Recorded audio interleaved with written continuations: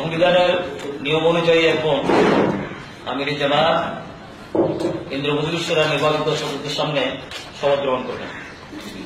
বিসমিল্লাহির রহমানির রহিম। আমি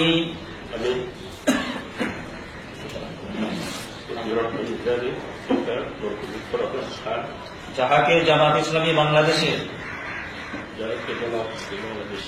আমির নির্বাচিত করা হইয়াছে, আল্লাহ রাব্বুল আলামিনকে সাক্ষী রাখিয়া ওয়াদা করিতেছি যে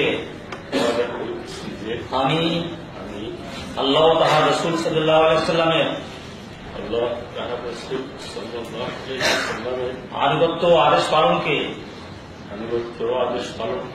সব কিছুর উপর অগ্রাধিকার দিব ও সর্বাধিক গুরুত্বপূর্ণ মনে করিব। জামাত ইসলামী বাংলাদেশে উদ্দেশ্য ও লক্ষ্য হাসিলের জন্য জান প্রাণ দিয়া কাজ করাকে আমার প্রধানতম কর্তব্য মনে করিব। নিজস্ব ব্যক্তিত্ব ব্যক্তিগত স্বার্থ সুবিধা অপেক্ষা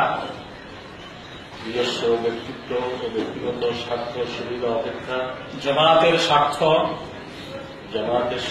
ও উহার দায়িত্ব সমূহকে অগ্রাধিকার দান করিব। জামাত রোকনগণের মধ্যে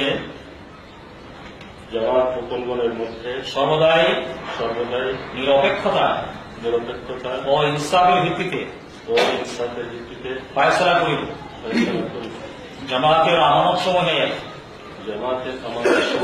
পূর্ণ হেফাজত ও রক্ষণাবেক্ষণ করিব। নিজে জামাতের গঠনতন্ত্র মানিয়া চলিব।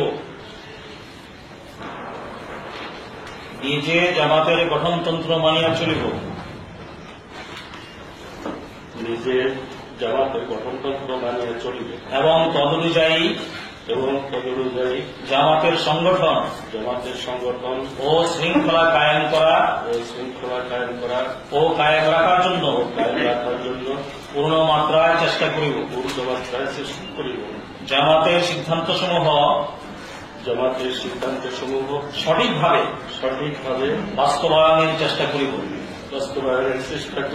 আল্লাহ আমাকে এই ওয়াদা পালনের তৌফিক দান করুন।